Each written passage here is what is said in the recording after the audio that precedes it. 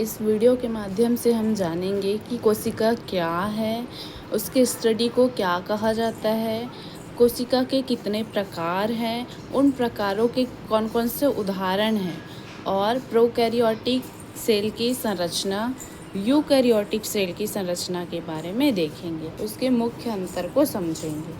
तो कोशिका क्या होता है? जीवन की सबसे छोटी संरचनात्मक और क्रियात्मक इकाई को ही सेल कहा जाता है। हमारे बॉडी में लगभग 37 ट्रिलियन कोशिकाएं पाई जाती हैं। कोशिका की स्टडी को साइटोलॉजी कहा जाता है। सेल ही बेसिक यूनिट ऑफ लाइफ है। सेल के कितने प्रकार हैं? विकास और केंद्रक की संरचना के आधार पर सेल के मुख्यतः 2 प्रकार है, प्रोकैरियोटिक सेल और यूकैरियोटिक सेल।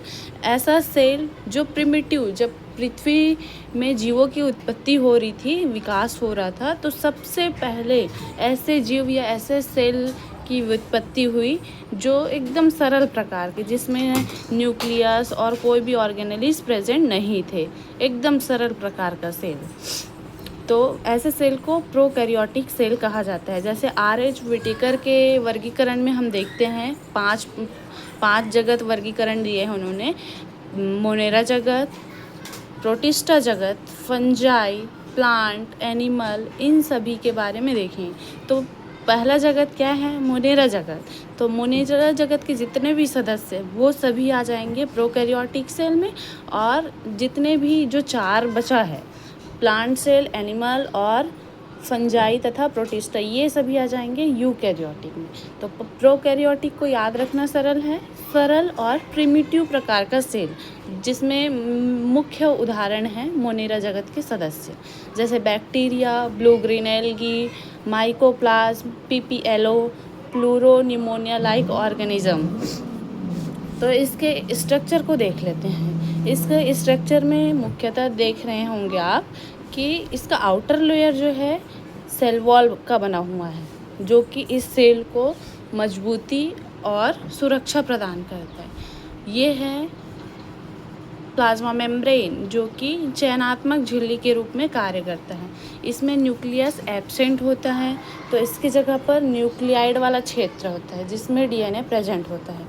इसमें जो जेली लाइक स्ट्रक्चर दिख रहा है वो है साइटोप्लाज्म। इसमें डीएनए के अलावा एक और एक्स्ट्रा डीएनए स्ट्रक्चर होता है, इसको बोलते हैं प्लाज्मिड, एक्स्ट्रा क्रोमोसोमल डीएनए। उसके बाद ये जो सेल वॉल है, सेल वॉल की चारों ओर फिंगर लाइक स्ट्रक्चर या हेयर लाइक स्ट्रक्चर दिख रहा है, उसको पिलाई या फिम्ब्री बोलते हैं। ये क्या काम करता है? ये पूरे सेल को किसी सतह से चिपकने में हेल्प करता है। उसके बाद ये वाला स्ट्रक्चर है, ये पूंछ जैसा स्ट्रक्चर दिख रहा है, ये है फ्लैजिला, जो कि ये पूरे सेल को गति प्रदान करता है। इस सेल को एक जगह से दूसरे जगह पहुंचाने में हेल्प करता है। इस सेल में ये जो छोटा छोटा स्ट्रक्चर दिख रहा है, ये है राइबोसोम, प्रोटीन फैक्ट्री कहा जाता है। तो इसका मुख्य स्ट्रक्चर आप लोग को समझ में आया। आउटर लेयर सेल वॉल, फिर उसके जस्ट अंदर में plasma membrane, nuclide, cytoplasm, plasmid, fimbriae और फ्लैजिला और राइबोसोम।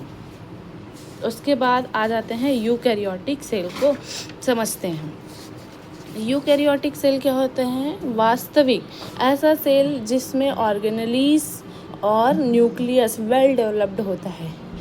इसका उदाहरण है प्लांट सेल, एनिमल सेल और फंजाई और प्रोटिस्टा।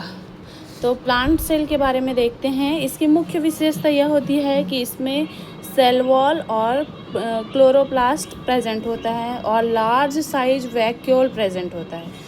इसका न्यूक्लियस वेल डेवलप्ड रहेगा, जिसके अंदर जो है डीएनए प्रेजेंट रहेगा।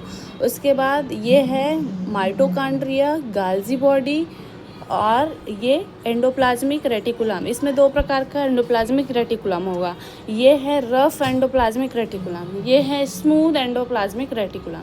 इसका स्ट्रक्चर लगभग हनी बी का जो छत्ता होता है उस आकृति का होता है, ये इस टाइप से। उसके बाद एनिमल सेल, इसकी मुख्य विशेषता यह है कि इसमें सेल वॉल, क्लोरोप्लास्ट और लार्ज साइज वैक्यूल एब्सेंट होता है। इसमें जो है डायरेक्ट सेल मेम्ब्रेन से स्टार्ट हो जाएगा इसका लेयर। उसके बाद इसमें माइटोकॉन्ड्रिया और endoplasmic reticulum, well developed nucleus जिसके अंदर डीएनए प्रेजेंट होगा। उसके बाद स्मॉल साइज वैक्यूल प्रेजेंट होता है। ये है गोल्जी बॉडी और इसमें जेली लाइक जो स्ट्रक्चर है वो है साइटोप्लाज्म। तो आप लोग देखें कि इसमें जो है प्रोकैरियोटिक सेल और यूकैरियोटिक सेल, इन दोनों में हम अंतर देखें। प्रोकैरियोटिक सेल और यूकैरियोटिक सेल में अंतर, प्लांट सेल और एनिमल सेल दोनों में अंतर देखें। मतलब 4 प्रकार का अंतर हम देख चुके हैं। धन्यवाद।